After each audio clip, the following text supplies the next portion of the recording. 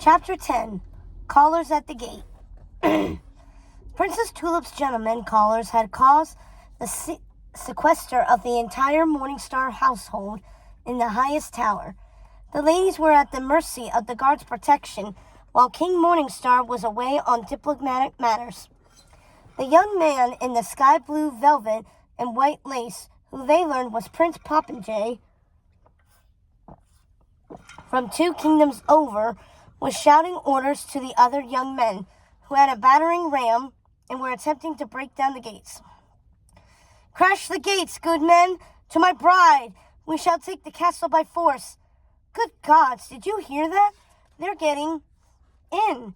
You, over there, push that case against the wall!" Queen Morningstar was in quite a state, which wasn't her custom. She had never been one to let her emotions get the best of her. But now she was shaking as she pointed out the large piece of wooden furniture for the guard to shift. Tulip turned away from the mayhem and toward her mother. "Mother, please, no one is getting in. Please sit down and calm yourself." "Princess Tulip, Princess Tulip," the men chanted. "Princess Tulip, Princess Tulip, Princess Tulip, Princess Tulip, Princess Tulip, Princess Tulip, Princess Tulip, Princess Tulip, Princess Tulip, Princess Tulip," over and over and over. "Do you hear that? What's going on what's come over them? They're going to hurt my baby girl." Tulip's mother was clutching her kerchief, her eyes wide with terror. "Darling, please come away from the window. Come over here with your mama." Ignoring her mother, Tulip turned her attention to her nanny. "This is madness. Were you able to get a message to Circe?" she whispered to Nanny. "No, my dear. We were brought up here before we could." Tulip was frightened, truly frightened, for the first time since she had been in the Beast Prince's company. "Nanny, please do something," she shouted. "Come on, Flunce. We have no choice but to do it here." Nanny went to the desk, got out 3 candles, and placed them on the floor. With a piece of chalk, she drew a sign of conjuration within the triangular configuration. "What's going on over there? What are you up to?" cried Queen Morningstar. "Some sort of devilry? Stop it! Stop it at once, I say!" Nanny casually waved her hand in the Queen's direction, not taking her attention away from her task, and simply said, "Calm," putting Queen Morningstar into a deep sleep. "Nanny, what have you done to Mother?" Tulip shouted. "Hush now, girl, and let me do my work." Nanny and Florence stood before the place of power and called Circe. "We beseech the winds, fire, and sea. Bring us the witch, bring Circe to me." And in the candlelit triangle, they saw Circe's form, slight and wispy, translucent like pale smoke. She looked deeply frightened and worn from crying. "Circe, my girl, what's happened?" "Where are you?" Nanny asked. But before the ghostly image could answer, a dark gray swirling mist entered the triangle, dispersing Circe's frightened image to places unseen. The mist was swirling around the room, starting to take the human form of a witch Florence knew very well, Ursula. Florence jumped into the mantle and hid behind a large bust of King Morningstar. She wasn't quite ready for Ursula and her witches to know what she was up to. "So this is the famous witch of legend I've heard so much about? I'm surprised you were able to summon me on your own," Ursula laughed as she looked at Nanny. "I was calling upon the little sister of the dreaded 3. I know very well who you were trying to summon, but I am the great sea witch, and you did call upon the winds, fire, and sea. Fool, you should know who I am. I am the sea." Nanny looked suspiciously at Ursula, who continued in the same fashion. "You should feel honored I answered your summons, and yet I find you disappointed with my arrival. If you don't want my assistance, I am happy to leave and let you contend with the rabble at the gates all on your own." "Of course we want your help," Tulip interjected, looking more worried than Nanny had ever seen her. "Well, Angel Cake, it looks like you've got yourself into a bit of trouble once again. What shall we do about it?" Even though Ursula was in her human form, she gesticulated and spoke in such a way that Tulip had no problem imagining the creature she had met under the crashing waves. Nanny spoke before Tulip could. We won't have any of your deals this time, Ursula. You keep your tentacles away from my Tulip. Ursula laughed. Calm yourself, old woman. She was nothing I want or need. I'm here out of pure charity. And these men are on my shores while your king is away and unable to protect his lands. If I take a payment for this deed, it shall be from him upon his return. Now, what to do about little Popinjay and his crew? Ursula went to the window, casting her hands toward the crashing waves, which swelled to epic heights and smashed onto the castle gates. Yes, I think that will do very nicely, she laughed as the waves battered the men with a violent nerve. Ursula, no, you're going to kill them, screamed Tulip. What do you care for these fools? Asked Ursula, her laugh booming.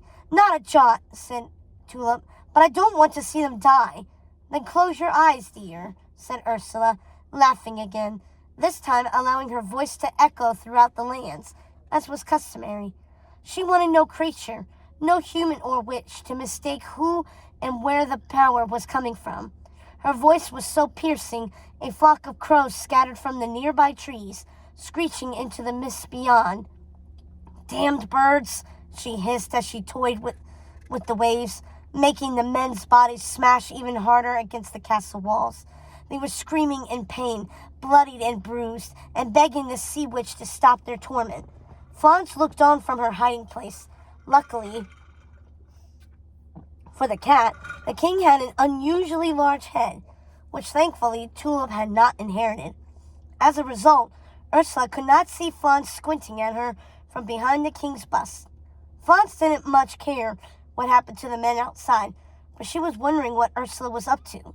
There, that will do, Ursula said as she calmed the waves, leaving the badly injured men scattered on the castle grounds. Oh yes, there's just one more thing, dear. One more thing. What, may I ask, do you want with dear Circe?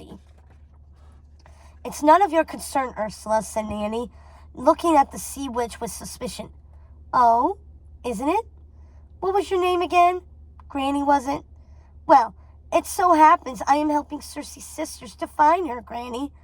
And we might have found her if you hadn't shown. I think... No, Nanny, no. Nanny looked about the room, trying to find Florence, whose voice was whispering in her head. You think what? Asked Ursula with narrowed eyes. Say nothing.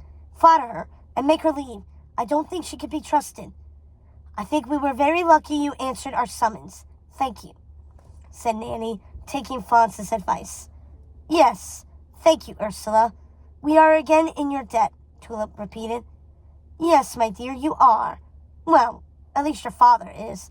I'll see to it those men no longer bother you, and please keep Granny here out of trouble. We can't have addle-brained old witches doing half-remembered spells all over the seaside. It can be dangerous for everyone concerned. And please, leave the search for Circe to me and her sisters. If we need the help of elderly witches and dimwits, we'll be sure to let you know. As unceremoniously as she had arrived, Ursula departed, leaving Nanny and Florence to wonder what the sea witch was up to, and how she had known they were trying to summon Circe. Clearly, they had to be more careful if they were going to reach out to Circe again. Florence watched as Nanny took control of the situation. Tulip, please see your mother to her room. Tulip began to protest. She wanted to ask what Nanny had done to her mother and what was going on, but Nanny didn't have time for explanations. Not then. Tulip, please just do what I say. Do you trust your Nanny? Tulip nodded, knowing there must be a good reason for Nanny's serious behavior. Then take your mother to her room and stay with her until she wakes. Tulip took her groggy mother up to her room, while Nanny rang for Hudson, the head butler of Morningstar Castle. You rang, Nanny? Hudson asked as he entered the room. Yes, Hudson. Please see that Tulip is served her afternoon tea in her mother's room, and ask all the maids, upstairs and down, to gather as many candles as they can carry, and bring them here to me. It wasn't Hudson's place to question Nanny, but he was clearly puzzled. Shall I ask the footman to assist, Mum? Nanny hadn't thought of them. Yes, I need to infuse this room with as much light as possible, and I need to do it quickly quickly, so please. Of course, Mom. I will take care of this right away. Hudson wasn't in the habit of interrupting his seniors, but he could tell whatever was the matter. It was important. Important enough to panic Nanny. He hurried off to complete his tasks. Florence hopped down from the mantel and squinted at Nanny. Don't you go giving me the side-eyed now, creature. You know exactly what I'm about to do. It didn't take long to get the furniture shifted and all the candles placed and lit. When Nanny orchestrated the scenes with the greatest of maestros, the room was brilliant with light, and sitting at the center was Nanny and Florence. They were encircled by many rings of candles, which seemed to go on infinitely when reflected in the many mirrors that adorned the room. Florence had heard Lucinda say many times that fire and water did not mix, and she knew even without reading her mind what Nanny was up to. She was creating a wall of fire to keep Ursula from entering their magical circle again. They were going to summon Circe, and this time Ursula won't be able to interrupt.